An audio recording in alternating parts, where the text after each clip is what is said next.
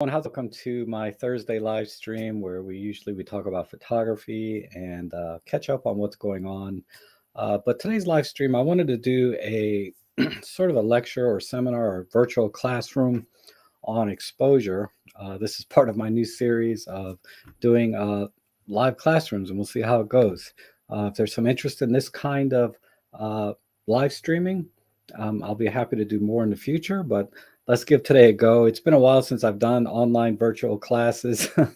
I did some last year when I was during the lockdowns and things, and the year before.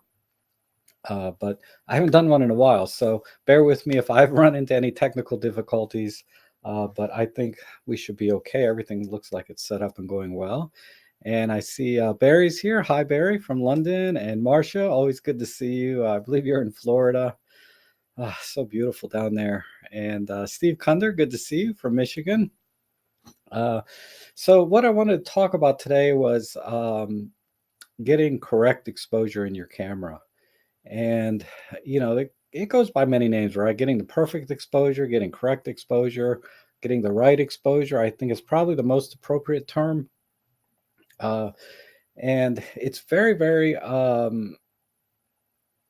it can be very challenging for people that are new. And I would classify this course really for beginners, assuming you have some uh, familiarity with your camera, how to, the different controls and how to go through the menus. You don't need an in-depth knowledge, but just the basic knowledge would be helpful if you want to go through this class. And then up to, I'd say, even intermediate photographers that, maybe they don't quite understand some of the nuances of exposure and some of the limitations in the camera. And we'll talk about that and a little bit about post-processing. So that's generally who this class is for, and what my intent is to kind of give you an understanding of what exposure is, how to control exposure, and get the perfect exposure, or the right exposure is probably the best way to put it. And really there is, I would say, three ways to think about exposure. There's exposure that can be very subjective to your individual taste. Maybe you like very dark images, very moody images, or maybe you like very bright and dramatic images. It's really very subjective what the right exposure would be for the particular shot you're trying to take. Or maybe you just want a nice even exposure that reflects exactly what you see with your own eyes. Um, and that's more along the lines of what I would call a technically correct exposure, where everything is exposed in a way that, the shadows and the highlights and, the overall brightness of the image is pleasing to the eye and pretty much duplicates what you see with your own eyes. That would be a technically correct exposure. There's also some limitations in terms of your histogram and what your camera is capable of, and we'll get into that. But that would be a technically correct exposure, something that looks very natural, is the best way to think of it. And then there's exposures where you're trying to maximize the amount of data the camera captures so that you can post-process it. And that's a very different kind of exposure. And there's a lot of exposure techniques to maximize the amount of data that the camera collects, because we're talking primarily about digital cameras today, not film. In our digital cameras, we want to maximize the amount of data we can collect from a scene so that when we go into post-processing like Lightroom or any other photo editing software, we're able to manipulate the image to get the right exposure or the kind of image we want to create. And we want to have as much latitude as we can. And when we're maximizing data for our exposures, we're shooting in RAW. JPEGs don't have a lot of data in them. So hopefully understand the difference between RAW and JPEG, but just a quick definition is RAW images are unprocessed for the most part, collecting as much information as possible and saving that to a file so you can edit them later. And then JPEG images are processed in camera with all the different settings that might be available to your camera, such as art filters or whatever exposure you take. It's all kind of locked in, and it doesn't give you any more data in the file than it needs to present the image that it captured. versus raw images, they capture more than you need, generally speaking, or hopefully that's the case, right? And some cameras are more capable than others, but that's not the point of this lecture today. I just want to talk about basically shooting in RAW and manipulating those images to get the exposure that you want. So let's go ahead and look at some of the controls on the camera for controlling exposure and give you an idea of how they work and why you would use the different ways of controlling exposure. So let me go to, if I get this right. I did not.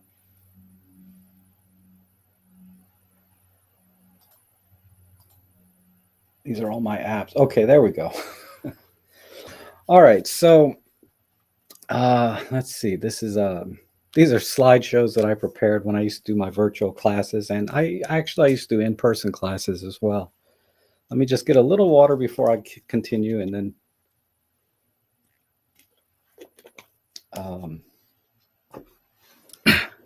oh, hey David, how are you? Good to see you. um, all right, so these are the basic exposure variables in your camera that you can control the exposure with. So you have shutter speed, and there's really three, right? Shutter speed, aperture, and ISO.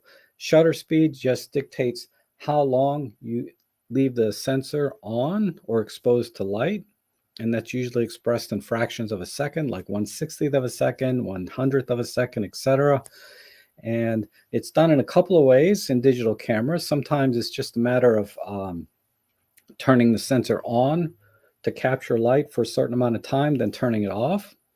And most cameras have also a mechanical shutter where there's actually a curtain that comes in front of the sensor. So if my phone here is the sensor, my hand is a curtain, it'll cover the sensor. And then when you take a picture, it'll expose the sensor to light for a certain amount of time and then close the shutter and stop the light hitting the sensor. And again, that's controlled in fractions of a second normally. And basically, the shutter just controls how long do you expose the sensor to light, whether it's electronically or through a mechanical means of an a physical curtain shutter. The other way we can control exposure in our cameras is through the aperture. The aperture is basically in the lens. There's an iris or mechanical curtains inside the lens that open and close. And as you can see, this would be a typical lens with no iris. The aperture is all the way open. And as we close the iris down or stop it down, as it's commonly referred to, we can make the hole or the amount of light coming into the lens less, right? So clearly this lens here, wide open, is letting more light in, say, than the lens down here where the iris is closed down. Very little light is able to pass through that, or a lot less light. And these are in multiples of stops, which are index, which I have a different video on that, if you're more interested in exactly how that works. But generally speaking, wide open lets more light in, smaller apertures let less light in. So the less light you get, the darker the image is going to be, whether it's through the shutter or through the aperture. And then we have a third way of controlling exposure in the camera. And this is done electronically. And it's basically a way to brighten, and in most cases, you can also darken an image internally in the camera. It's not too different from if you're using your photo editing software and you brighten and darken the image using a slider. You can do this in camera, and they use it. It's called ISO in our digital camera. It's kind of a carryover from the film days when film used to come in different ISO ratings or ASA ratings. So film of 100 ISO is less sensitive to light than film that was, say, 1600 ISO was more sensitive to light. So the more sensitive the film was to light, the faster shutter speed you could use or the smaller aperture you can use. And this is translated in digital cameras as ISO, But now ISO is controlled electronically. Simply after the shutter and aperture has captured a certain amount of light, the ISO will either brighten the image and in some cases darken the image. But mostly we use ISO to brighten the images. And with digital cameras, just like it was with film actually, the higher ISO that you use, the more grain and noise that you're going to get into the image. And this has not changed since the film days. Uh, digital cameras obviously are much more capable in low light than film ever was, but the principle is the same. It's basically we're talking about how sensitive we want the camera to be to light so that we can make adjustments to our shutter and aperture if we need to. But generally, when we're doing exposure in our cameras, the order that I recommend you choose, and there's a lot of ways to do that, and I'll talk about that next, but you want to set your aperture, then your shutter, and then adjust your ISO to meet the needs of the amount of light that you captured with the shutter and the aperture settings.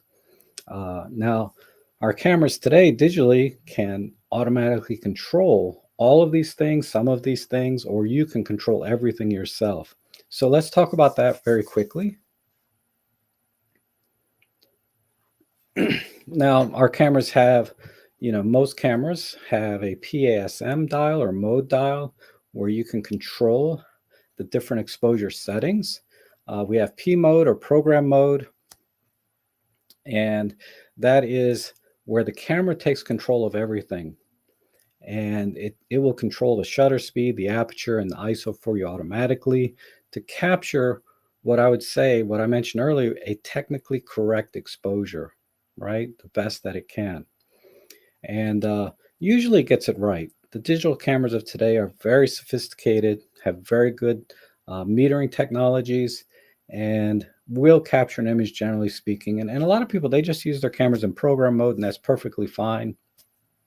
But as you progress in your photography, as you become more interested and enthusiast in taking control of your camera to get different kinds of exposures and different kinds of images, we've been offered other modes like aperture priority down here. And on some cameras, they call it AV mode. But you control the aperture in the lens. Remember, that was the iris that opens and closes that allows a certain amount of light in. So this is typically how most photographers that have gone beyond the absolute beginner mode into more intermediate mode is they shoot an aperture priority because they just want to control the look of the scene, and I'll talk about that next. But aperture really has the biggest impact on the aesthetics of the scene, of the image that you're trying to capture. Uh, and then there's another mode in the camera, shutter priority. On some cameras, I believe Canon, they call it TV mode or time value, where you're controlling the speed of the shutter, how long it stays open. And again, that can be digital or that can be electronic via physical mechanical shutter. The click sound that you hear when you push the shutter button, that's a mechanical shutter moving up and down. And then, of course, if it's completely silent, that's the electronic shutter. But you can control the shutter only and then let the camera take care of the aperture and the ISO. And then finally, there's M mode or manual mode where you can control everything. You want to control the aperture, the shutter, and the ISO. And in most cameras now, you can also have, you can control the aperture and the shutter and let the camera just take care of the ISO. Because again, in the digital age, ISO is just a carryover in terminology, in my opinion. It's not, it's more of just a digital way for the camera to handle exposure. So you can tell the camera to automatically take care of ISO, and all you need to do is control the shutter speed and the aperture. So why do you want to control all of these things if the camera can take care of it for you in program mode, for example? And like I said, a lot of people, they do that, and some cameras have even more modes that help you, right? If you're trying to capture sports action or landscapes or night scenes, they have all these different modes in these cameras now where someone has decided for you in advance how to capture the exposure that you want. But for most of us, we just shoot an aperture priority, or we choose shutter priority, or we choose manual when we want to take control of the exposure. And just very quickly, these are the typical numbers that you see in the camera when you're controlling exposure. So shutter speed is usually in fractions of a second, and aperture is usually just a whole number. And there's an inverse relationship here. So aperture of 22, or f22 as it's sometimes called, lets the least amount of light in. And as you get to a smaller number in aperture, it allows more light, as I've drawn here. And then ISO, usually it's a base ISO. Your camera will start at 100 or 200. And then the higher the ISO number, the brighter the image will be. So as you extend or make the shutter speed last longer, I'm sorry, one second. As you, let me put this away.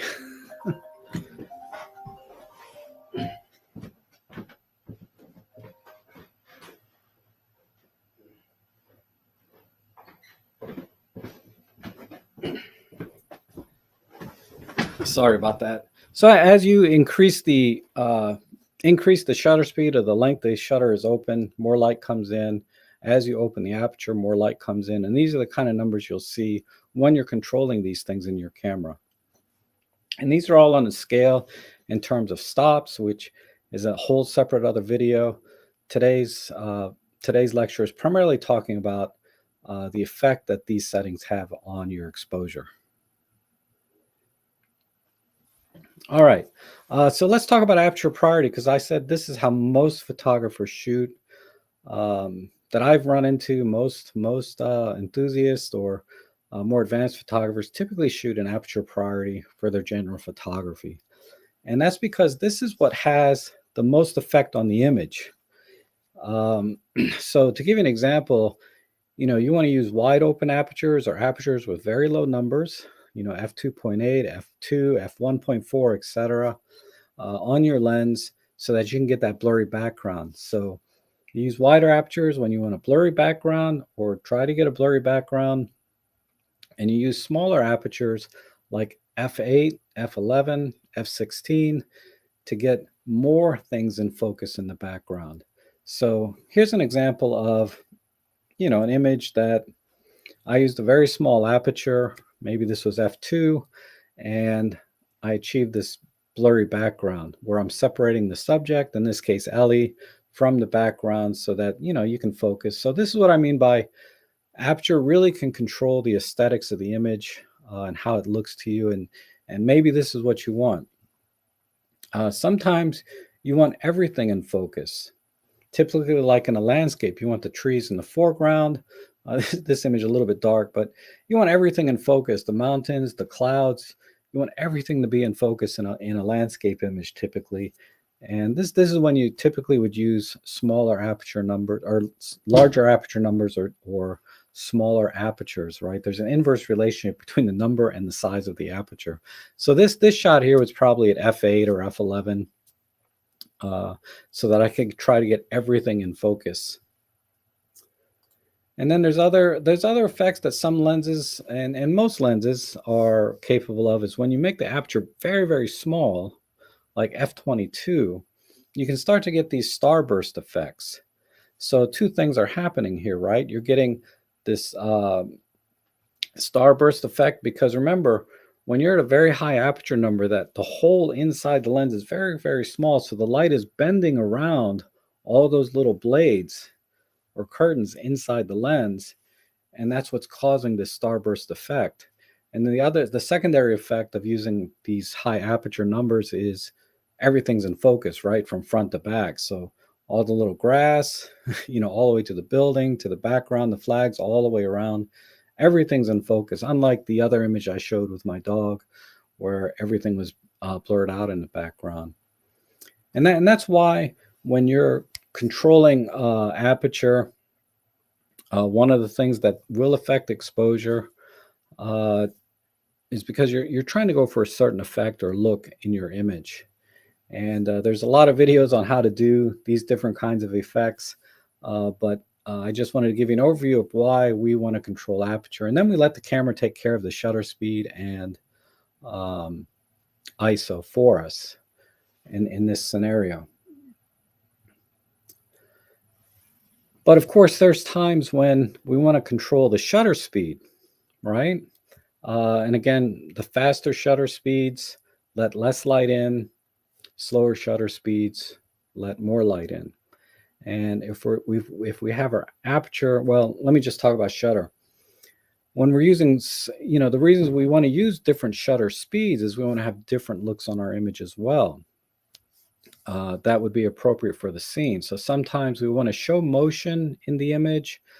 Sometimes we want to freeze the action, typically like in sports type photography or bird photography. We like to freeze the action. And then other times we want to be creative, right? We want to use a slow shutter speed so we can do sort of more abstract type images. Like one technique is called intentional camera movement, or ICM, like I'm showing here in the first image. But like I said, slower shutter speeds can be used creatively to show motion. So for example, I want to show that the water is flowing nice and smoothly in this image. So I would use a slower shutter speed so that as the water moves over the sensor, the image of the water moving over the sensor, it blurs, right? And slow shutter speeds accomplish this look. Faster shutter speeds, on the other hand, freeze action, right? So this is a butterfly, and I wanted the wings to be in focus while it's flying in the air, and I wanted to freeze that action. So I used a very, very fast shutter speed. I believe in this case, I used 1/2000th of a second. That's a typical shutter speed. And again, these techniques you'll learn in other videos about how, what shutter speeds to use for different situations. But if I'm going to use a very fast shutter speed, the camera is going to choose probably a higher ISO and or a wide open aperture to let as much light in as possible. And that's why the background is very blurry, because the camera was forced to open the aperture all the way up and then adjust the ISO as needed to get what would be in this case a technically correct exposure. Because what happens when you don't use the correct shutter speed? Let's say I wanted to take a picture of the butterfly, but I was in aperture priority, where I was controlling the aperture, but I let the camera choose the shutter speed. This is what happens: is the butterfly is going to be blurry, a lot like the waterfalls that I showed you, and that's not my intent here. So that's why you want to choose shutter priority and control the shutter speed in your camera, then let the camera handle the ISO and aperture on its own, so that you can do shots like this where you're freezing action. So it doesn't have to be butterflies, right? It could be people running in sports, or a car race, whatever. Whenever you want to freeze action, you need to use a very, very fast shutter speed, but then you'll have to use larger aperture numbers. There, something's got to give. All three are tied together: shutter speed, aperture, and ISO, to achieve the exposure that you want. And then, of course, there's full manual, where you control everything because you want to do very specific things. Like a lot of times we'll use full manual for doing fireworks. It's typically how I do it. And maybe I want to use flash. Flash is a whole different way of exposing, right? Because you're adding light artificially. But you use flash to get more textures and details and create these more dramatic images sometimes. Or you want perfect lighting on somebody in a portrait. Typically you want to use manual mode when you're using flash. And manual mode is very, very common in astrophotography, where you're forcing the camera to leave the shutter open for a very long time, but sometimes you want to use a different aperture than what the camera might choose, so that you get the best resolution for your long exposures. Because all of these things, aperture, ISO, and shutter speed, all of these have an effect on the image quality. the final image quality, because shutter speed, the image quality is totally dependent on how much light you let into the camera and hits the sensor, how much data does the sensor collect. And when you're doing very specialized type photography, uh, you need to control everything. So you want long, like in this case, you want long shutter speeds. You want to use a slightly higher aperture so you can get everything in focus from the stars all the way to the foreground. Like in this case, there's an observatory and some trees. Uh, you want everything in focus. So you're going to use a smaller aperture. And then you want to use a low ISO, right? Because lower ISOs have less noise in them. And this is why you want to control it, because the camera doesn't know what you're trying to do. If you let the camera choose the exposure, it would probably make this too bright and you wouldn't get the star trails and it'd be very grainy. It would make a lot of mistakes because it doesn't know what you're trying to do. It's trying to get a technically correct exposure. It's not trying to get the right exposure. So that's what I mean by the right exposure. This is the right exposure for this image, although it may not be technically correct, right? All right, let's see, next one. So let's talk about typical exposures. We have normal exposures, like I talked about, where it's just technically it's correct and the lighting is pretty even. Ideally, it's in a very pleasing way. And then we have high key and low key. And when we start going into these, exposures, now, if you look at these 4 images here, all of them are the lighting is fairly pleasing and has the effect that I want, but they are very different. One is high key, one is low key, 2 of them are normal. And the way I define these things is using a histogram to really call what these individual images are in terms of exposure. So why is one high key? What is low key? What is a normal exposure? So we have to look at the histogram to kind of understand what I mean by these different types of exposure. So let's see if I can find that. So in your editing software, or typically you want to look in your camera when you're taking the image, you want to look at the histogram. And most cameras are capable of showing you a histogram of the image. Any bridge camera, enthusiast camera, typically you'll get a histogram or a way to look at the histogram before you take the picture. And a histogram, all it is a representation of the light hitting the sensor and the range that your camera is capable of. So this is on a scale. The x-axis here starts at 0 and just goes up evenly up to a value of 255. And then the vertical axis here is really a percentage of the images or percentage of pixels that are collecting the light between 0 and 255. So what is 0 and 255? Well, down here on the left side, low values, digital low values on your image, these are dark areas in your image. And then here in the middle of the histogram are the midtones. So we're talking about like colors like a mid-gray, middle gray is a common reference. Skin tones, you typically like to be in this range, things like that. You typically like to be in the middle area. And this is a very natural light to your eye. This is typically the kind of lighting that your eye sees that's generally pleasing.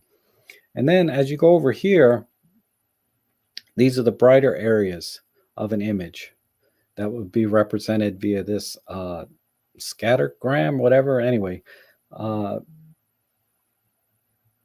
these are the brighter areas. And this is a typical exposure or technically correct exposure. And what do I mean by that? Well, you have most of the data here in the center. And if you look, these data points drop off and completely drop off before it gets to 0. And then the data points here drop off on the right side before it gets the maximum value of 255. So this tells me that nothing in this image or scene that I'm taking a picture of is going to be too dark or completely black, or too bright and completely white or clipped. And clipping is what happens when the brightness of the scene has exceeded the capability of the camera. So if a scene is too bright, the histogram is going to push off and you're going to get a spike up here. And I'll show you some examples of that. Or if it's too dark, you'll start to get spikes over here on the left side. And what happens is that the values max out and just create completely white pixels or completely black pixels. Now, another thing in this histogram that you need to understand when you're exposing and looking at the image in the scene in your camera is that most of the data in the file that you capture in the raw image, most of the data should be over here on the right, because this is where the maximum amount of color information, tonal information is captured in terms of data. As you go down, if you start to get a lot of pixels and bars over here, you start to lose color information and tonal information. The camera, the file, I don't know if it's by design or if there's some technical limitation, but generally speaking, as you go down here to the left side of the histogram, as things get exposed to the left, you start to dramatically lose tonal information and color information. And when you're post-processing and trying to make adjustments, you're not going to have as much data to work with, meaning you're going to start to lose colors, you're going to start to get more grain and noise and things like that, because down here on the left side of the histogram, this is where all the noise and lack of information happens. Noise hides in the left side of the histogram. So that's why you've heard maybe techniques of exposing to the right, exposing to the left in some cases, but generally speaking, most people like to try to expose to the right. And this is a technique to do the other kind of exposure we talked about, where we're trying to maximize the exposure for the data. We're trying to maximize the amount of data captured in the exposure so that we can post-process it. And that's why these techniques like exposing to the right have come into existence for digital cameras. I don't think we're really worried about this in the film days, but I'm not really a film guy. I assume they did some because film has a little bit more latitude in the highlights. But for our digital cameras, generally speaking, you want to try to get as many pixels. If you're exposing for post-processing and trying to maximize the data, you want your images to have as much data and percentages on the right side of the histogram. So hopefully you guys understand that. And I will be taking questions towards the end, if you have any questions, but I'll be done here very shortly with this lecture. Okay, let's go back to Lightroom. So now that we know what the histogram is, we can talk about what a normal exposure is, a high key exposure, low key, and then other types, right? So if we look at this image here, look at the histogram up here on the right. This is the histogram that I just showed you. And you can see most of the colors and light are all in this middle area, kind of very gray, very flat looking. But this is technically a correct exposure. And it's also, I would say it's also within the range of what the camera is capable of capturing, because the histogram is dropped off on both ends here. So I haven't clipped any highlights. I haven't made anything too bright and nothing is too dark.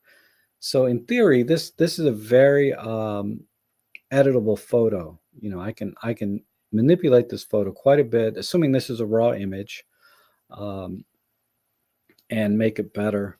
And I'll just do a quick edit just to give you an idea. But probably what I would do is crop in something like that, do a black and white, and then I'm going to push the shadows. And you can see when I push the shadows, no noise comes in. Let me go back to color and show you. And then pull the highlights in, pull the blacks down back just to get a little more contrast. And then add a vignette, right? So now look at the histogram, what I've done here. It's not quite as smooth, right? It's not a nice hump in the middle there. It's just, it's been manipulated a bit. You can see a little bit of a spike here on the left side. Hopefully you can see that. If I exaggerate that a little bit, like so. So now this is a subjective exposure. This is the exposure that I was looking for, subjective to my taste and what kind of image I wanted to create. And I started with what is technically a correct exposure, meaning it was within the limits of the camera's ability to capture the scene.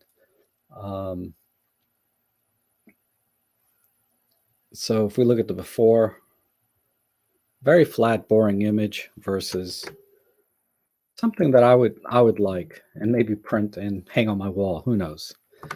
But you can see the effect that those changes had on the histogram. This image here, this is also a technically correct image in terms of exposure, because again, you'll see that in the histogram, the light, the shadows have fallen off before it got to 0. So none of the shadows in this image are completely black. And then on the right side, you can see there's a lot of room here where the highlights have fallen off. So this is an image, again, that I can manipulate quite easily and know that I've captured all of the light in the scene without clipping anything. And it's something I can manipulate very easily. I'll just click the auto button and see what happens here. Nothing. Sometimes my Lightroom's been a little finicky lately. But again, if I wanted to manipulate this image a little bit, I can pull the highlights in. I can even adjust the colors because I have a lot of color information. You can tell because everything is, this histogram is pretty full of data, right? And then just add a little clarity. So there's the before and after. So you can see when you capture a technically correct image that's within the limits of your camera, which is illustrated by the histogram, you have a lot of wiggle room to do editing and post-processing. Now, these images that I've shown you, these two, were not maximized for data and manipulation. They just so happen to be technically correct and within the limits of my camera. But if I wanted to optimize my images for editing, I would have exposed this image differently than I captured it originally. And we'll talk about that in a little bit. But I just wanted to give you an idea of a couple of technically correct exposures that are within the limits of the camera. This is a high key exposure, right? And why do I say that? Because look at the histogram. All of the light is on the right side of the histogram, meaning it's very bright. So this still, again, is a technically correct exposure, but it's a high key exposure. Technically correct, but high key. Now you can exaggerate this. Typically, like when people do portraits of babies and weddings and things, they do very high key and may even, overexpose the image a little bit. I don't know why it's not showing when I do that. But, they do things like this, right? For weddings and portraits sometimes.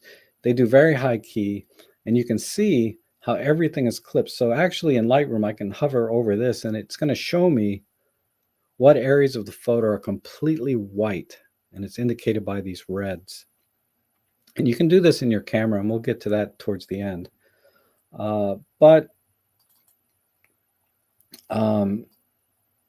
This would be a high key exposure and technically correct, meaning nothing's clipped completely to white, nothing's clipped completely to black. So if I hover over the clipping indicators, you can see nothing gets highlighted. And this is a high key exposure because of the way the histogram is. And this image here is a low key image. This is a self-portrait I did last year because a lot of the data here is on the left side, but it's also technically correct. Now, you'll see that there is some data bumping up right up against the zero. So some of the data in here may be completely black. My clipping indicator. Oh, let me go to my clipping indicators. So if I wanted to see what they were, I can just hover over this and you can see that it's low key, but it's okay to clip a little bit completely to black. But if I didn't want that, I can just adjust it just a little bit this way. But that's not the image I want, right? I kind of like this low key image like so. And nothing here on the right side is clipped at all. So I can see all of the detail in my collar, even though it's white, it hasn't been clipped completely to white. But this is technically correct, and it's a low-key image. So those are the three different kinds of exposures generally you can go for, either for aesthetics or whatever the mood, intention, whatever you're trying to do. You can think about normal exposures, low key, high key, that are technically correct. But you also want to think about exposing images to maximize the amount of data, because that's what I'm doing here in Lightroom. Is if I'm going to edit the photos, I want to maximize the data collected so I can edit them with relative ease and have fewer limitations in terms of how bright I can make the image, how dark I can make the image. And like on this photo here, let me see if I have the original. Here's the original image I took straight out of camera. And if you look at the histogram, I exposed this image specifically to edit in Lightroom, right, in post-processing. So you can see that my histogram falls off to 0 here and falls off here at 255. So nothing is completely clipped or completely crushed down to black. And when I took the exposure, I checked the histogram to make sure that I had everything within the limits of the camera, and that's what the histogram is going to show you. And that's what allowed me to create my low-key image and adjust the taste, right? To make my subjective exposure versus exposing for the maximum amount of data and to try to be as technically correct as possible. Okay, let's look at, give me 1 second.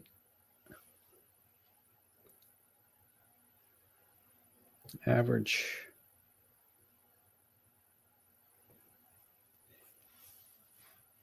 All right, so let's look at these three real quick.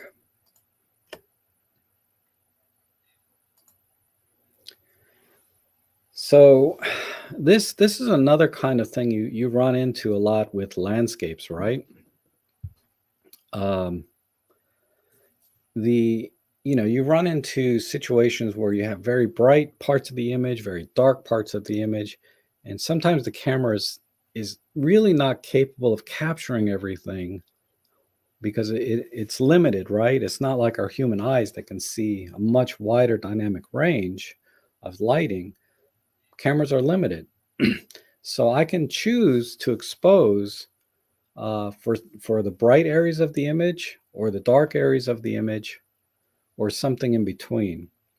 And this is where you want to try to, if you want, no matter what image, no matter which exposure I choose here, I'm going to have to edit this, right? Because as it is, of these three exposures, none of them are typically pleasing in terms of the way the tones are, right? The first one is just way too dark, even though the sky is beautiful. The one in the middle is about right, but still the skies are a little too bright and the shadows are too dark. And then the one on the right, the skies are way too bright, even though the grass looks really good. So no matter which exposure I choose, I'm going to have to do editing in post. And if you want to maximize the amount of data so that you have the most amount of latitude to, I'm sorry, I have so many distractions in my house. I don't know what that is. But if I want to maximize the data so that I can edit this and get the best image I can in a single shot, because there's other techniques like bracketing and stuff, how would I, which exposure would I pick here? Or how would I expose this scene so that I can edit this? Because I know if I just let the camera choose the exposure, it may not get it right and not give me the kind of data that I want to use. So looking at the first image, if you look at the histogram, you can see a ton of data is clipped here, almost completely to black. Meaning there's a lot of color lost, a lot of light lost, tones are gone. Not a lot of data was captured here in this histogram. There's some nice tones here in the middle, which is probably the sky is what we exposed for. And then nothing here. So what I would do is I would adjust my exposure so that the histogram moves over to the right a little bit. So let's go to the next one. And if we look at this one is almost technically correct, right? Because we have a nice fall off here on the right side for highlight. So it doesn't look like anything got clipped, and only a little bit got clipped here, maybe on the left side. And this is pretty close. What I would do in camera to optimize this is I would probably bring in just a little bit more light because I have a little bit of wiggle room here on the right side. So I would adjust my exposure so that the histogram shifts a little bit to the right. So we're going to expose to the right just a little bit. If I were to take this picture again, that's what I would do. Now, you don't want to go too far to the extreme like this third image where I push the exposure over to the right and clipped everything here in the sky almost completely. But in this image here, I'm exposing for the grass. I'm not exposing for the sky. And maybe that's what I want. That's the choice I want to make. Maybe that's a subjective choice. But the decision here really was to try to capture as much data as I can on the right. And when I go to edit these, let's say, and it is as a matter of fact, these are the images I captured, right? If I were to try to edit these, even though our cameras are wonderful today and give us plenty of data to work with to recover shadows, to recover highlights, remember what I said about the histogram.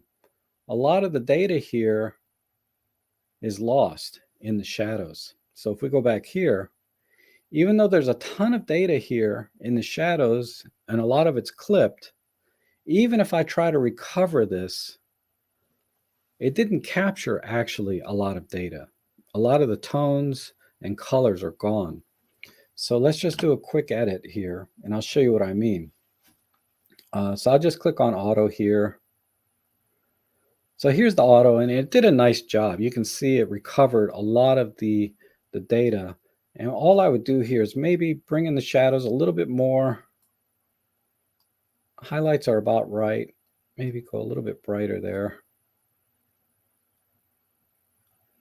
And just add just a little bit more. Okay. So now this image here is technically correct. The lighting and tones are distributed in a more pleasing way. And if we look at the histogram, you can see it nicely falls off to the left here within the limits of the camera and the screen and what most people's displays will show. And over here, it falls off very nicely. So nothing's really clipped. But remember what I said about the left side of this histogram. Even though there's a ton of pixels in this range, there's a lot of pixels. That's all we're showing is a percentage of pixels that are in this range. there's a lot of noise in here when I pull that up. And you can see that if I turn off this noise reduction here, you can see there's plenty of noise. So you don't want to expose to the left. You want to expose as much as you can to the right and bring as much of the data as you can onto the right side of the histogram. Because if we go to the other extreme, right, this is the original image. Let me turn off the noise reduction. This is the original image I exposed to the right. But how much data can I bring in? Let me just click on auto and bring the highlights down, bring the shadows up a little bit, bring the exposure down just a tad more.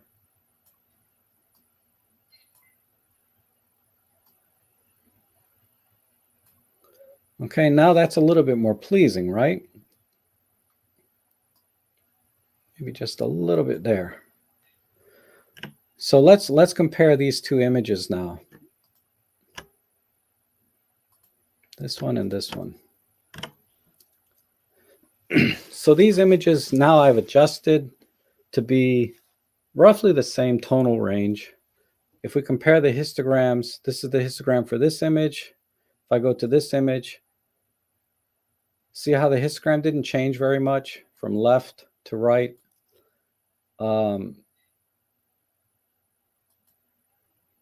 It's pretty close, but the colors, you know, the color part is kind of changing. But for the most part, both these histograms are now within the tonal range of the display that I'm showing this on. And but if we look in the shadows again, give that a moment.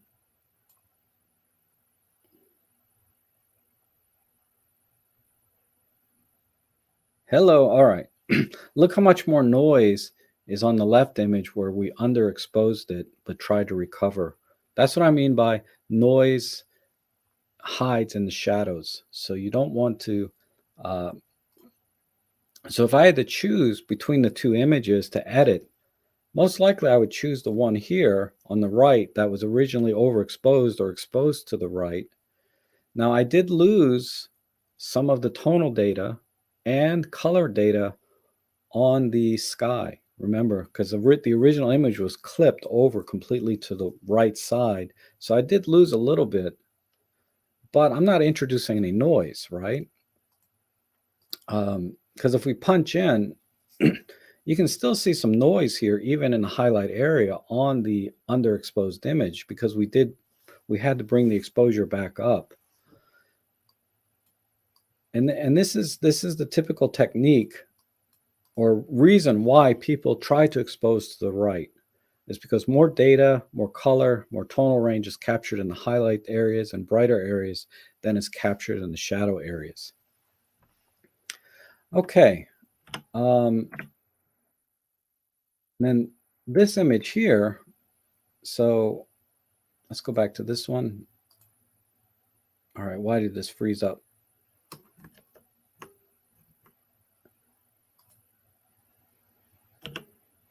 Oh, my Lightroom just froze up. Well, I'll just, oh, maybe it's my mouse. Sometimes my mouse gets, if I turn the mouse off and back on again. I've had this mouse for like 10 years. All right, hello.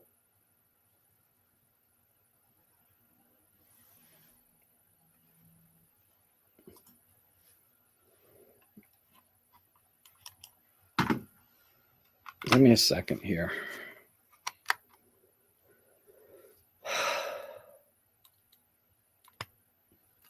All right, connect.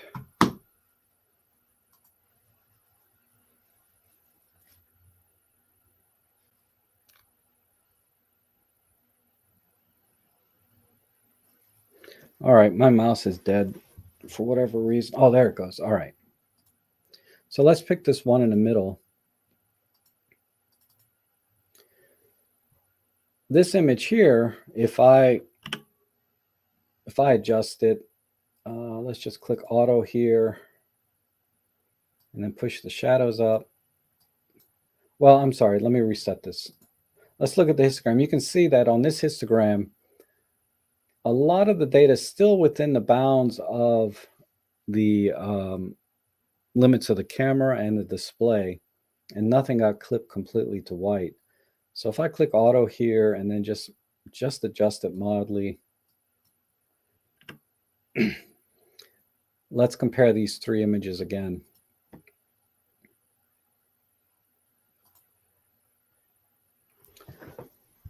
So now these three images look pretty much the same, but you can see what happens when you underexpose and the histogram is pushed to the left. You lose a lot of color detail and you introduce a lot of noise when you try to edit it. And then over here on the right, we exposed to the right, but too much. So we lost a little bit of the data in the sky here. You can see the sky. Hopefully you can see that the sky doesn't have as much color data here. A lot of it got lost because it was clipped. But this image in the middle is just about right. And if we compare these two directly and go into the noise and look for noise, you can see that, hopefully, okay. You can see, hopefully you can see there's a tiny bit more noise here on the left side that was exposed the best. And you can see the color here is gone because we exposed too much to the right. So if I were to go back and I wanted to capture the scene in one shot that I have the maximum amount of data, what I should have done with this image here is just exposed it a tiny bit more to the right because I have a little bit of wiggle room here on the histogram. And if I would have done that, I would have probably got less noise in the shadow area. So let me just bring this up again. Because what's interesting here, this image here on the left has a tiny bit more noise.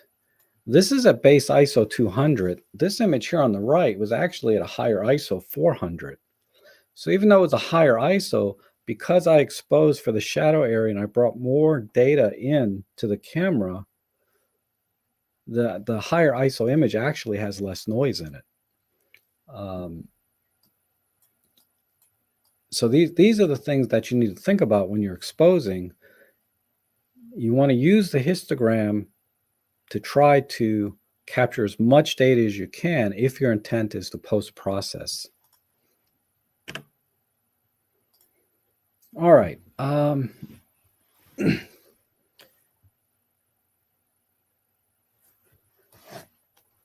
Okay, so I covered everything there. Let me just take about a 1-minute break here. If you guys have any questions, and then I want to go into the camera and do some live demos of some of the exposure aids other than the histogram that you have in your camera and some of the settings you can use to try to get a better exposure for post-processing. So I'll give you guys, I'll just take a minute here just to drink some water and take a break here.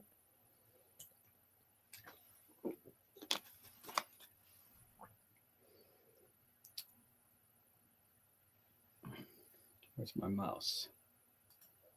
Because what happens is the chat section takes about 30 seconds to a minute before I actually see the questions.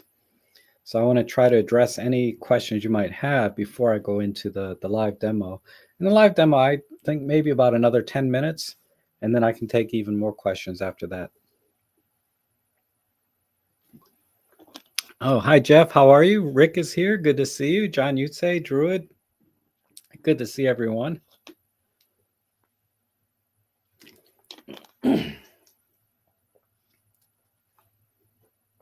Okay, I'll be back in 30 seconds.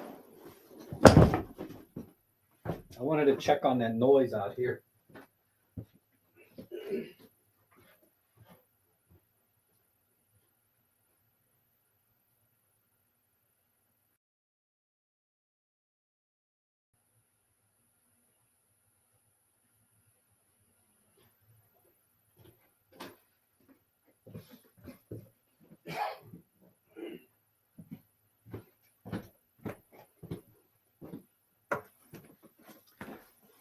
All right, so no questions. Let's see. No.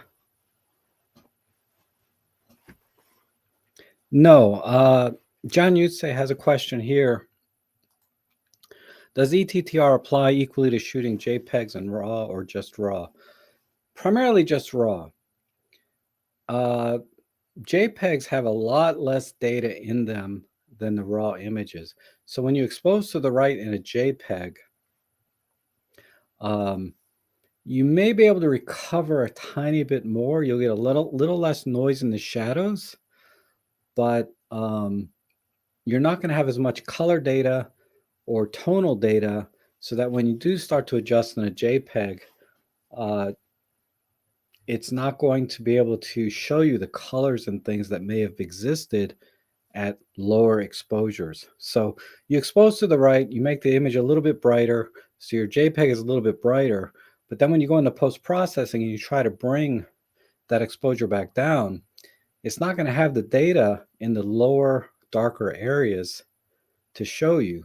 So what's going to happen is the colors are going to look very muted and are not going to have the same tonal range in color and in brightness as if you're working with a raw image that would have all of the data there for you to bring the exposure down. So I don't recommend doing ETTR when you're doing JPEGs. Generally, you just want to expose the best you can to get it technically correct as you can, or subjectively the way you want it.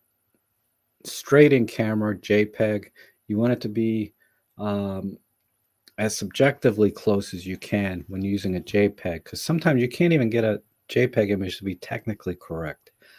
And that's why the JPEGs, when you create JPEGs, and you do art filters or color changes or monochrome, and you can adjust highlights and shadows. There's all kinds of controls in the cameras when you get into the fine print of the menu that only affect the JPEG image, because you want to bake that data in and save it just like that and expose it subjectively the best you can. So JPEG shooting is generally subjective type exposure, and you want to try to get it to your taste, because you're not going to have much wiggle room. So ETTR is primarily for raw images, and you're not going to have much success, if any, if you do ETTR and JPEG. And I see John follows. Oh, hey, John, how are you? Thank you. Bob Finley, let's see, looks like a question here. Do you set black and white points early in processing? In processing, generally, when I'm post-processing, I'm totally subjective, right? And I don't worry about the black points quite as much, or the white points, but I do look for them. Usually when I'm doing processing, my thought process is, do the colors look right? So usually I try to adjust white balance and reduce noise, maybe adjust the sharpening, and then I start to work with the black and white points and the exposure. So I don't really have a strict workflow when it comes to post-processing and setting black and white points. At that point, I'm in creative mode, and the technical aspects of the image don't matter to me. The technical aspects only matter to me when I'm capturing the image, so that I capture the maximum amount of data. And then in post-processing, I do whatever I feel like at that point. So I would say there's really no set workflow for me when I'm working with individual images.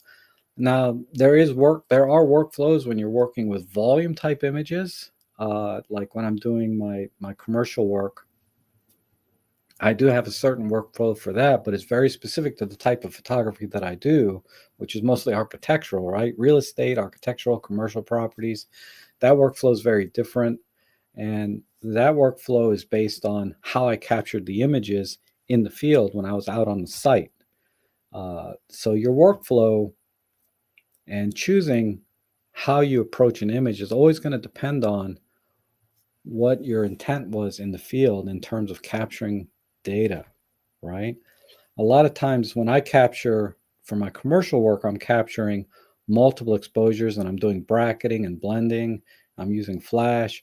I mean, I do a lot of work in the field so that when I come back for post processing, um, I have a lot of latitude that I can work with. Because again, I'm doing bracketing, HDR, I'm using flash. But when we're talking about single images, it's totally subjective. Your workflow is not quite as critical on single images that you're trying to correct, black points, white points, etc. In my opinion, right? You're just trying to get a very subjective exposure, high key or low key or normal, right? So that would be my answer to that. Um, it doing it first or doing it last to me is not quite as critical. I would My gut feeling is I usually do black and white points almost last, just to make sure before I deliver the image that the image is within the bounds of whatever the final um, media is going to be. So if it's going to be on online, which is typically how I deliver my images, they're going to be presented online. Um, yeah, I set the black and white points last, assuming that the image is pretty close to the way I want it. Now, if setting the black and white points makes a dramatic change, then I might try to do it sooner than later. But typically, I would do it last to make sure it's within the limits of whatever media I'm going to try to present the image on. Now, for print and other types of media, I'm not that familiar with. So I don't know what you would do in those situations. But if you're just going to be uh, presenting images for display online, for me, black and white points would be the last thing I do, just to make sure it's within the limits of the screen and media that it's most likely going to be presented on, which is online and on the web.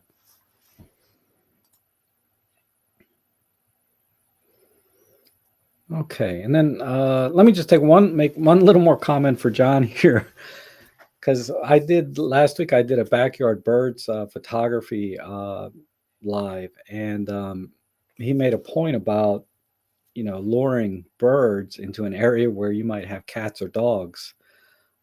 That's really not appropriate. And I don't know why it has to be like Captain Obvious has to tell me that, right? But it just, I was so focused on capturing images of birds and things, that I didn't think about sort of the consequences until something happened. So I've moved all of my bird feeders and everything out to the front yard where Ellie has no access to. Because the part of the reason of feeding birds, having bird feeders, is to feed the bird community and help it thrive and survive and enjoy. Maybe someday I'll talk about some of the really cool things and talk about bird photography. But I just let you know, John, I appreciate you bringing that to my attention, because it just over my head. The most obvious things, just you overlook sometimes. All right, so let's get back to the presentation, and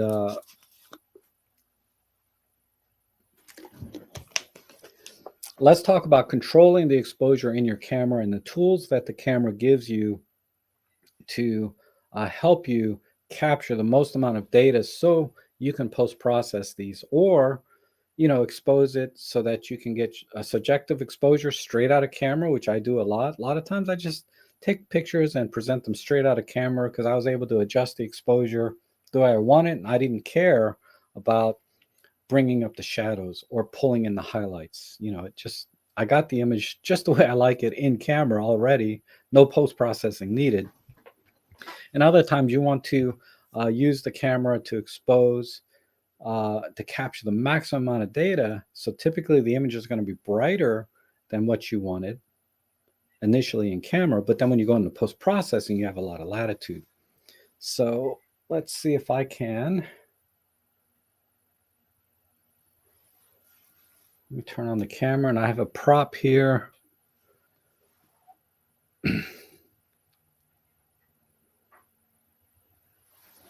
Okay. And let me Let me make an adjustment to my screen.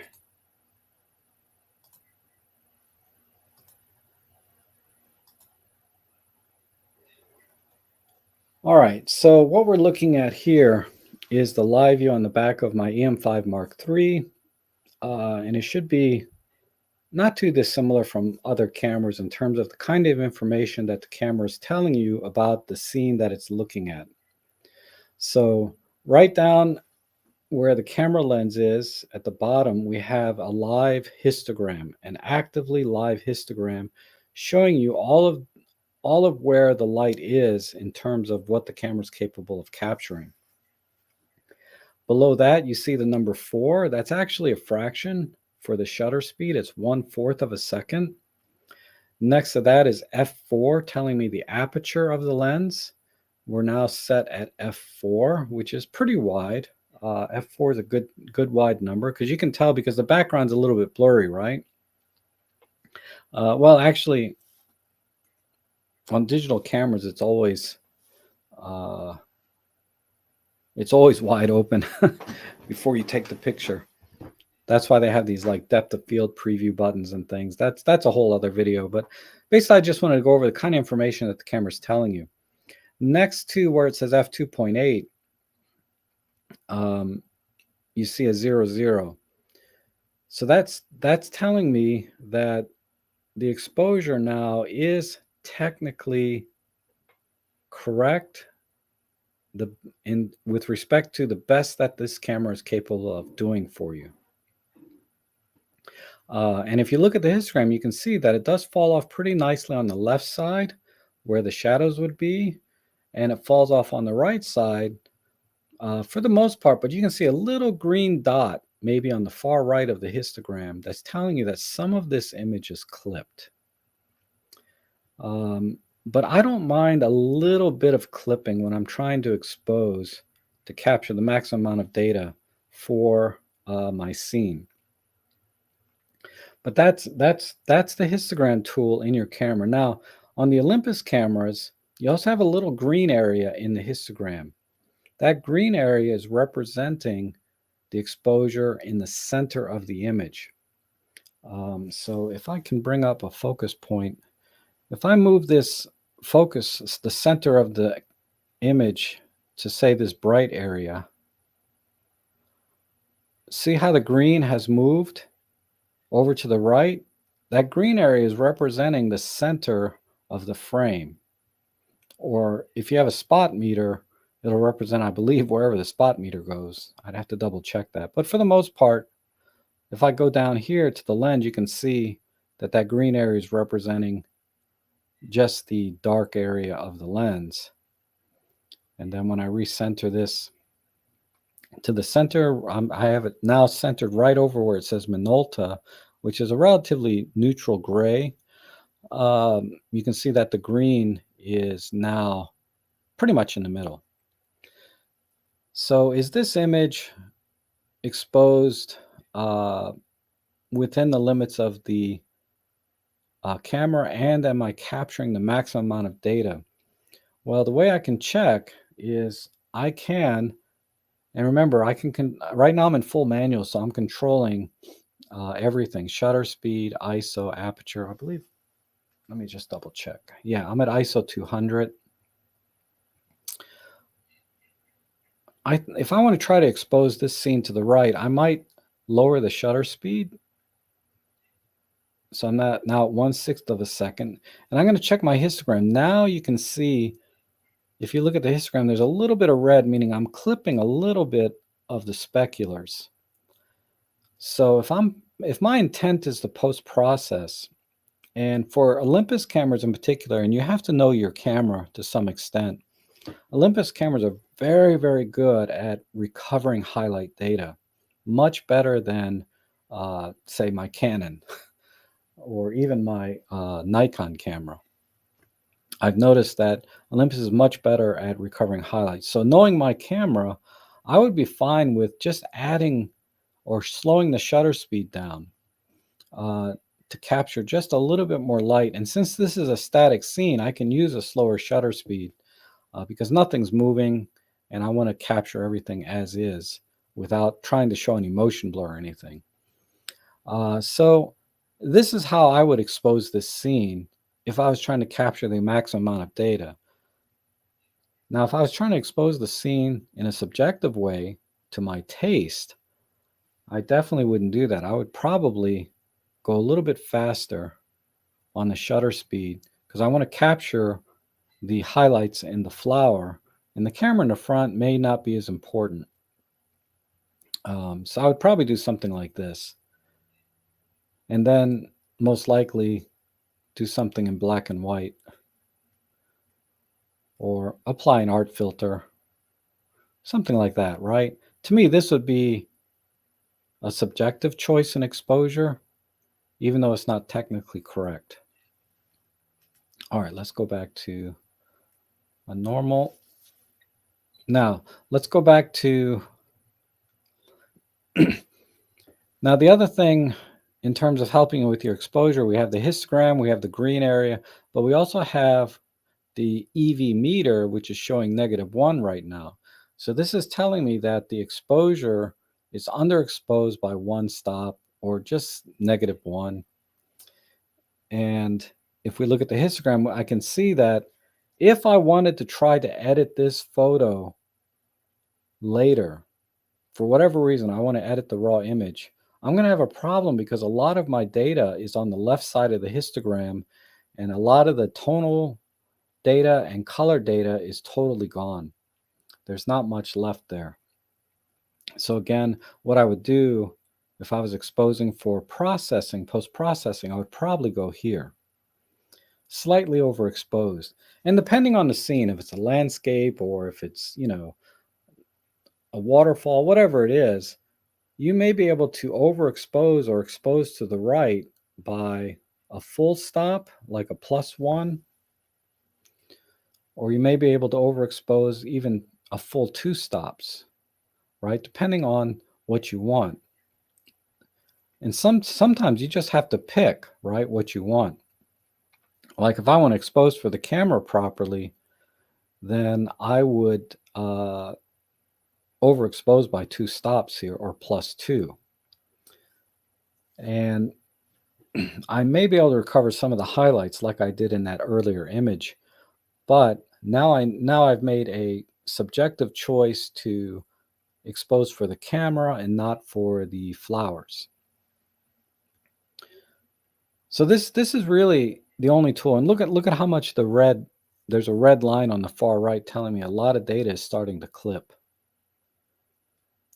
Now this is a little bit tricky because the histogram is kind of small in the frame.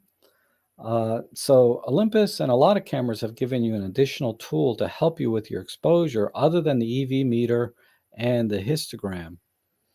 And most cameras have highlight and shadow indicators. So I've just turned the highlight and shadow indicator on. And you can see, if you look at the white flower on the top, you can see that there's some red shadowing happening there.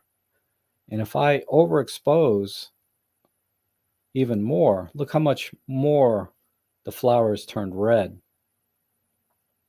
And I can overexpose this by 2 stops. And now I've actually clipped some of the data on the camera itself. You can see right over the Minolta prism that those highlights are completely clipped. So what these highlight indicators are telling me is that these are clipped completely to white, and I'm not going to be able to recover any color data from those parts of the image. And if we go the other way, if we underexpose, oh, how come the blue's not showing there? Look, if I underexpose, you can start to see some blue in there. The blue areas are telling me that those areas are clipped completely to black. And I'm not going to be able to recover anything out of that. So I would, be very careful when you see any blue areas. So if I wanted to use the highlight shadow indicators only to expose this image to maximize the amount of data, I'm going to turn or adjust my shutter speed in this case until I see just a little bit of clipping like that. On the Olympus cameras, you're perfectly fine clipping just a tiny bit because you'll easily recover those. And that's what I would do for this scene. Now I'm exposed as much as I can all of the data to the right side of the histogram. This is the best I can do without losing data. And this is how I'd expose this scene for maximizing the data that I can get. And let me see. So we talked about histogram, the green.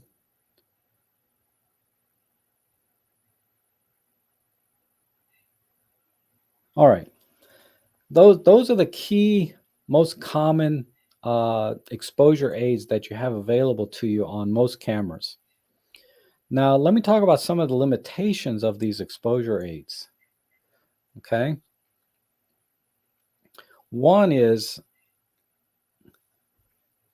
what we're looking at on the histogram is a histogram of a JPEG or an 8-bit image. This is not the histogram for the final raw image. So you're not seeing actually all of the data on the histogram that is possible with this image that's going to be captured. No, I'm sorry. You're not seeing all of the data that you're going to capture with this image. You're only seeing what a JPEG image would capture. And remember, I told you that JPEGs are much, much more limited in terms of the tonal range and color. So that's why when I said I don't mind a little bit of clipping here, is because I know that I'm actually capturing more data than the histogram is showing me. Same thing with clipping to the shadows. I can probably recover those shadows. However, remember, noise and loss of tonal range and colors are all lost on the left side of the histogram. So if I start to see any clipping, I'm very, I'm just not happy if I see that, particularly on the low end, but I don't mind too much on the right end, a little bit of clipping. But just understand that you have a little more wiggle room on the histogram than what's being shown here. Another problem with this, other than showing you a histogram of a JPEG, is that, hold on, lost my train of thought. Oh, is, and this is true of many cameras, but not all. But when you overexpose the scene by more than 3 stops, what you're seeing on the screen and what you're seeing on the histogram no longer becomes valid. It gets capped at 3 stops, meaning the EV meter is +3. So let me overexpose this. See, now we're overexposed by 2. Now we're overexposed by 3 stops. But if I continue to overexpose this image, see how that's blinking? But the image is not changed. The histogram is not changing, right? Nothing has changed. So just be aware of that, is when you go over 3 stops in any direction. If I go back -3 stops, look at the histogram, look at the image.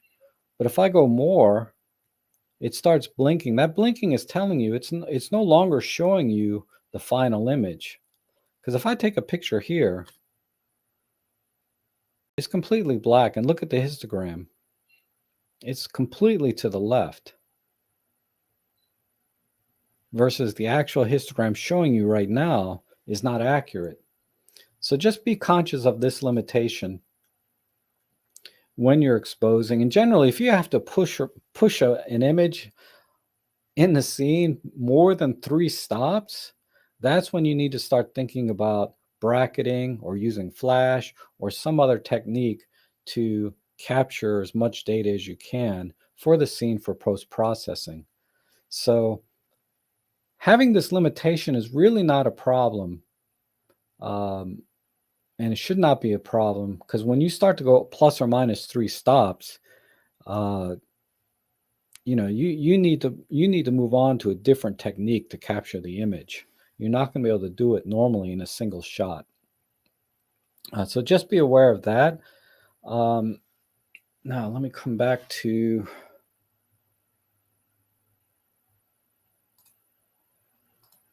my screen.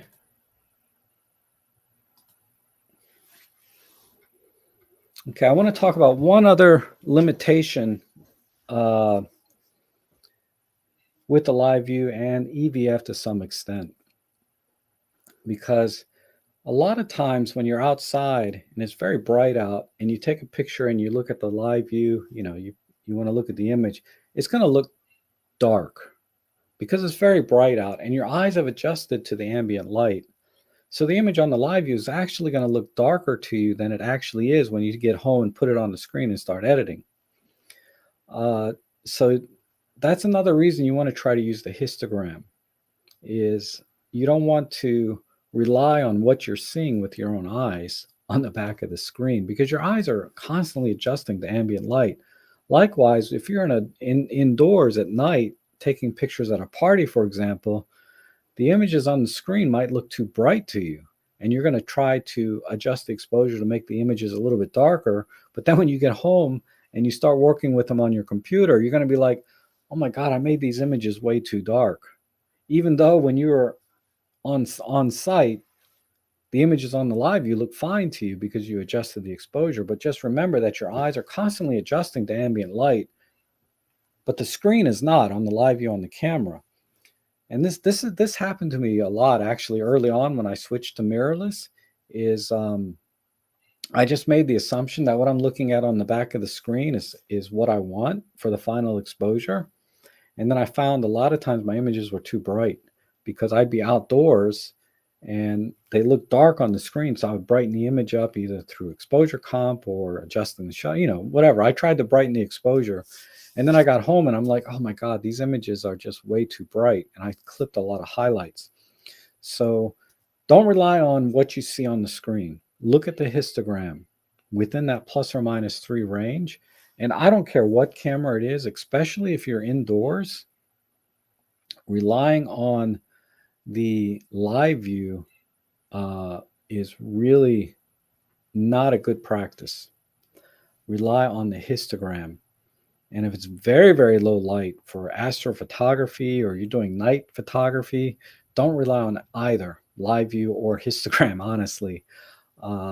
You really need to get practice and understand your camera and how it works in different lighting conditions, particularly low light.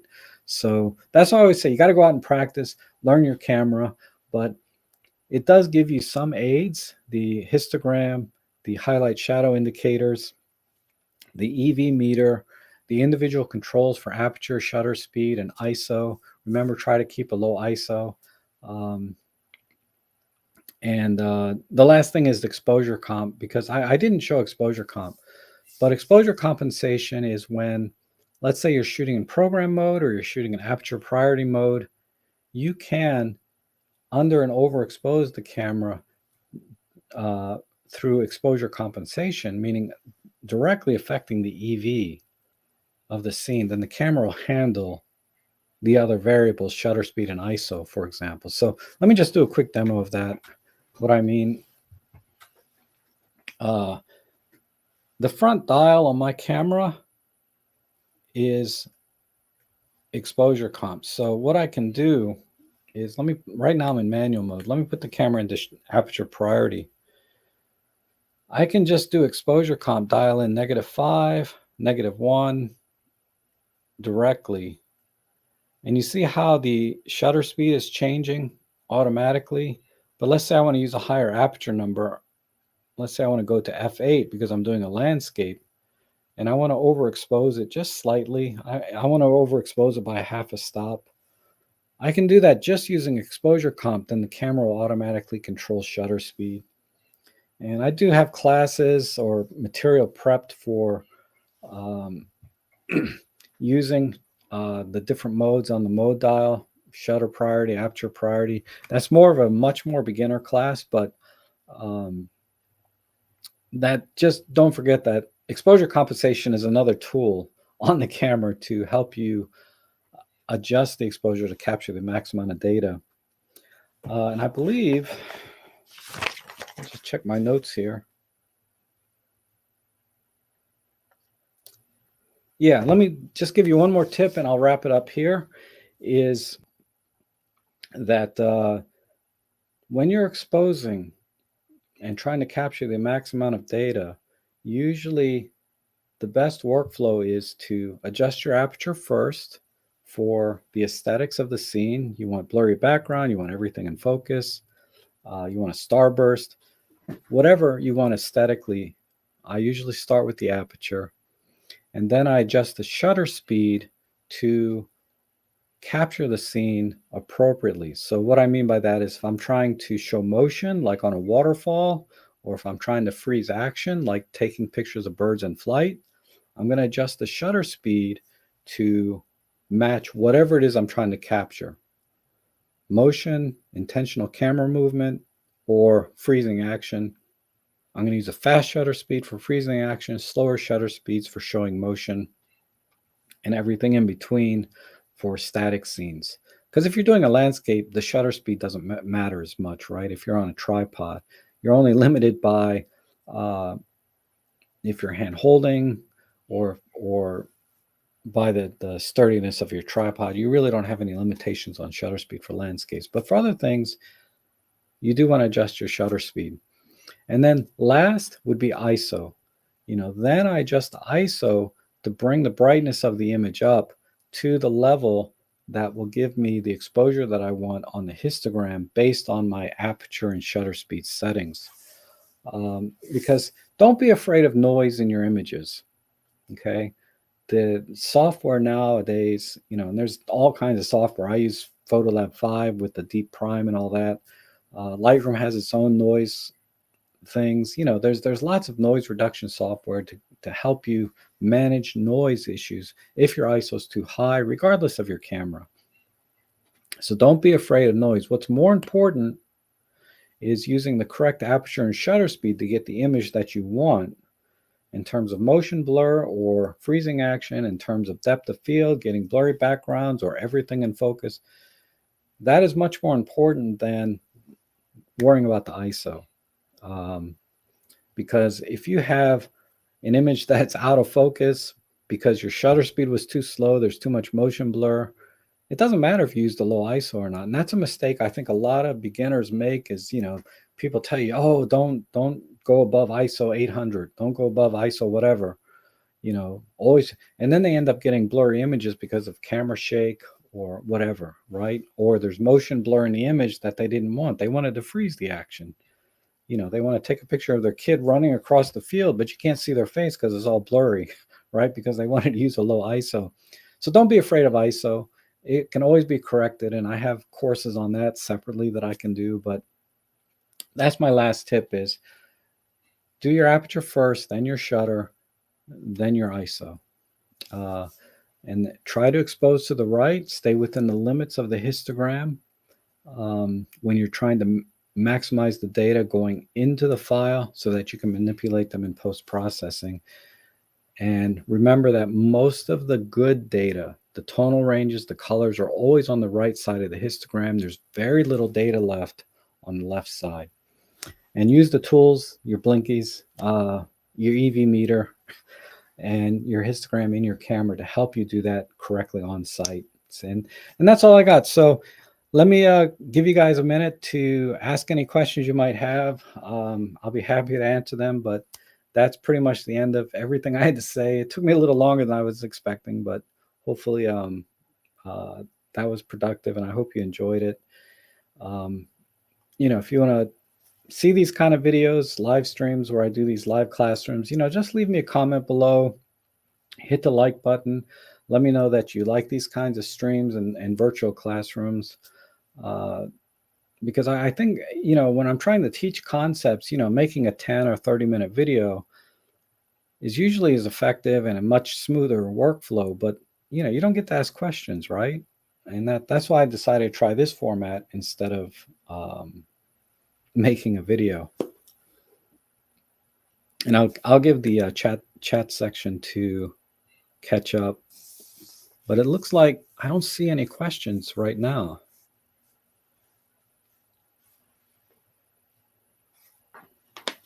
which is good. That means I did my job, right? Hi, John. John Edel looks like.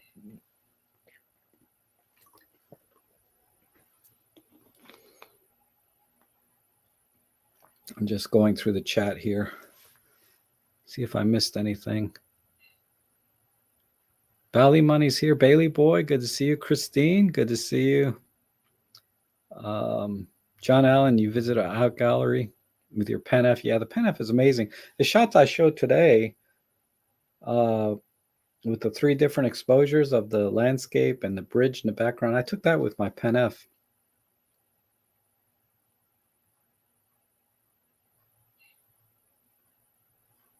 Oh, okay. Oh, thank you, John. I appreciate that. I try. Oh, here's a question from David. If the camera's in P mode, what changes with exposure comp, shutter speed, aperture, both? Really both, and or ISO. The camera's going to decide. A lot of times it depends on the focal length of the lens as well, what the camera's going to try to change and what the range is of the apertures on your lens. So it's very lens dependent what changes when you're in program mode and you do exposure comp.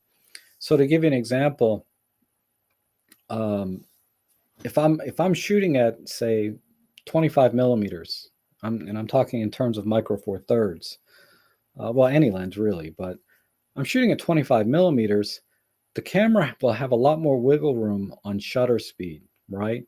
It can go down, IBIS aside, it will have the ability to lower the shutter speed down to about 1/50th of a second. If you're shooting with, say, a 100 millimeter lens, the camera is not going to want to try to lower the shutter speed below 1/200th of a second because it knows that at telephoto lengths, it's going to you're going to have more potential for motion blur. So to freeze that action, or to not freeze action, but to minimize motion blur from hand holding a camera, it's programmed in program mode to keep the shutter speed roughly double the focal length. Not every manufacturer has their own secret sauce, but just rule of thumb is it's going to put limitations on what shutter speed it's going to choose based on the focal length of the lens. So wider angle lenses, it can use slower shutter speeds because it's trying to minimize motion blur, but give you the maximum amount of light possible via shutter speed. It's also going to adjust aperture. And again, that's going to be limited based on the lens. Some lenses are very fast, f1.4s. Some lenses are a little slower, like my kit lenses at f4 or f5.6. So it may hit a limit on the aperture first, then it'll try to adjust the shutter speed. So it might be at f5.6, and then it'll adjust the shutter speed down to, let's say, 1/50th of a second. If the image is still too dark, then it will try to raise the ISO. So it follows, I believe, the same methodology where it tries to use shutter speed and aperture to maximize the amount of light coming into the camera with the limitations based on the focal length and aperture range on your lens. And then it will raise the ISO in that order. And that's what happens in program mode with exposure comp.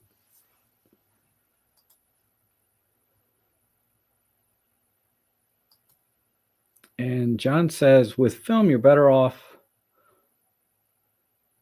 rather than overexposing. Really, you can bring in some additional detail in the shadows, but if the highlights are blown, there are nothing you can do. Yeah, I mean, that makes sense. I mean, I'm not that familiar with film. I mean, I shoot film, and I tend to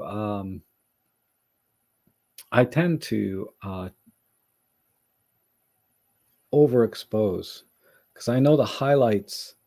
I found the highlights to be recoverable quite a bit, much more so than the shadows. Shadows, there's still a lot of noise in the shadows.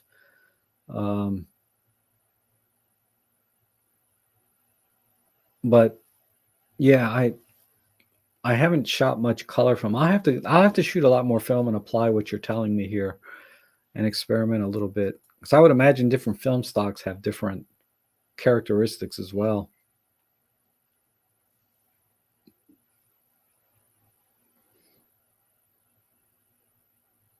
Okay.